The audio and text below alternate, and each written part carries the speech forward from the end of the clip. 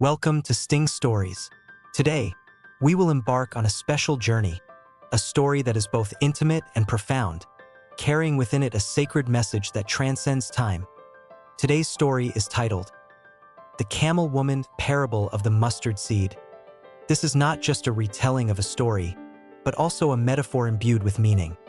From small, seemingly meaningless beginnings, something great, powerful, and life-changing can sprout. Let's listen, reflect, and let the message in the story touch your heart with Sting Stories. Chapter 1. The beginning of the desert. The desert was as vast as a boundless sea of sand. During the day, the red sun hung high in the sky, its rays shining down on the ground, melting every grain of sand. At night, the cold wind cut through the skin, and the starry sky seemed to open an endless door to the universe. In the midst of that scene, there was a woman named Miriam. Miriam no longer had a husband. Her husband died of malaria, leaving her with a few camels and a small hut on the outskirts of the village. People called her the Camel Woman because she was more attached to her camels than to people. Her life was not abundant. She traded camel milk for flour and traded camel-carrying power for a little bit of change. But in her heart, Miriam still felt a vast emptiness, like the endless desert out there. Many nights, she sat by the fire, looking up at the starry sky, whispering, "God, you created all things so vast. So what is the meaning of my life?" Chapter 2. News of the stranger. One day, as Miriam led her camels to the well on the outskirts of the village, she heard pilgrims talking. They told of a man named Jesus from Nazareth who taught as no one had ever taught before, healed the sick, opened the eyes of the blind, and made the lame stand up. What caught Miriam's attention was not just the miracles, but the word that people were spreading. He spoke of a kingdom of heaven where all the poor will have a part. Miriam's heart was moved.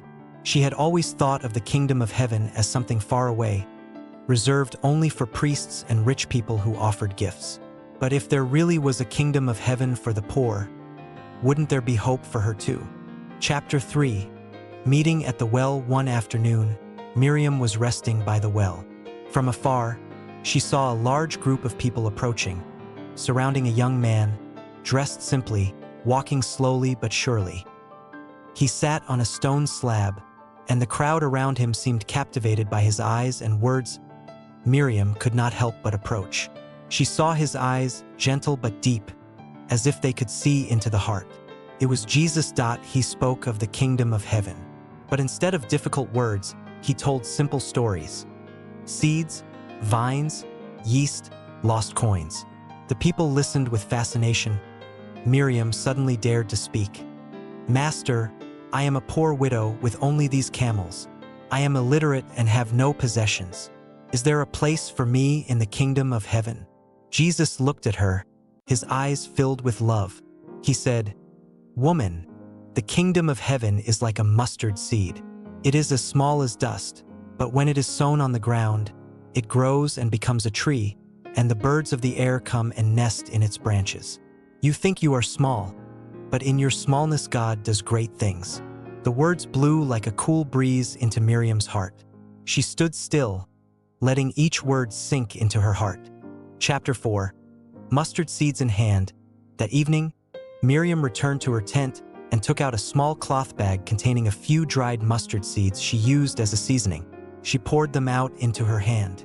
The mustard seeds were tiny, like grains of sand. She whispered, "How can something this small become a plant?" But then, remembering Jesus' words, she decided to plant them. She chose a small patch of land next to the well, dug a hole, placed the seeds in them, and covered them with sand. From that day on, every time she led her camel out to drink water, she looked over. The first day, she saw nothing. The second day, it was the same. But on the third day, a tiny green sprout appeared. Miriam exclaimed softly, "It's alive!" Jesus was right. Her heart was filled with joy. Chapter 5. Change in heart. From the day she planted the seed, Miriam saw her life change. Before, she used to complain, worry, and feel sad. Now, she lived each day as if waiting for a miracle. She believed that God could make the little things in her life bloom. The villagers noticed the change in Miriam. She happily shared water and bread with strangers. When someone complained, she encouraged them. Don't be afraid. Believe. Even small things can become great.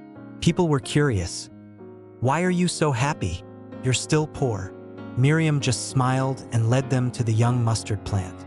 She said, "You see? The small, but it will become a tree. The kingdom of heaven is like that. If we believe, the small things will grow beyond imagination." Chapter 6. The mustard tree becomes a witness. The years passed. The mustard tree grew larger, providing shade over the well.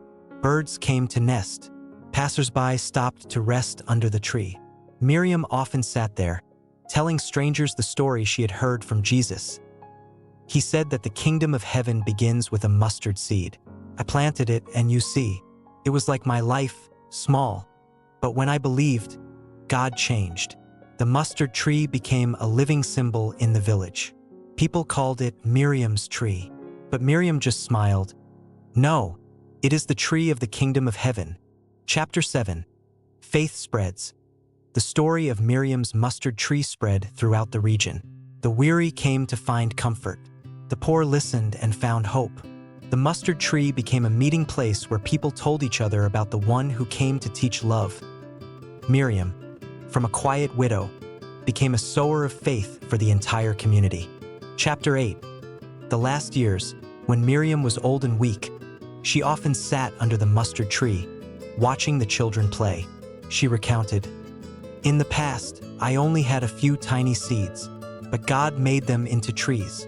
You too, believe, sow good things, and God will make them blossom." One morning, Miriam passed away in her sleep, a smile still on her lips.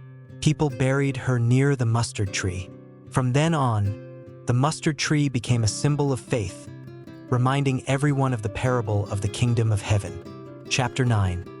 A timeless message. The story of the camel woman and the mustard seed did not stop at a small village, but spread far and wide, through word of mouth, through memory. It reminded many generations that the kingdom of heaven begins with small things. Do not despise small good deeds, silent prayers, or simple acts of love, because it is from them that God builds great things. Chapter 10.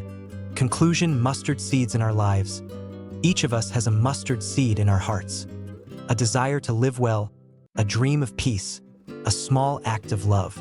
If we dare to sow, dare to believe, God will make that mustard seed grow into a tree, providing shade for many people. Remember Jesus' words, "The kingdom of heaven is like a mustard seed.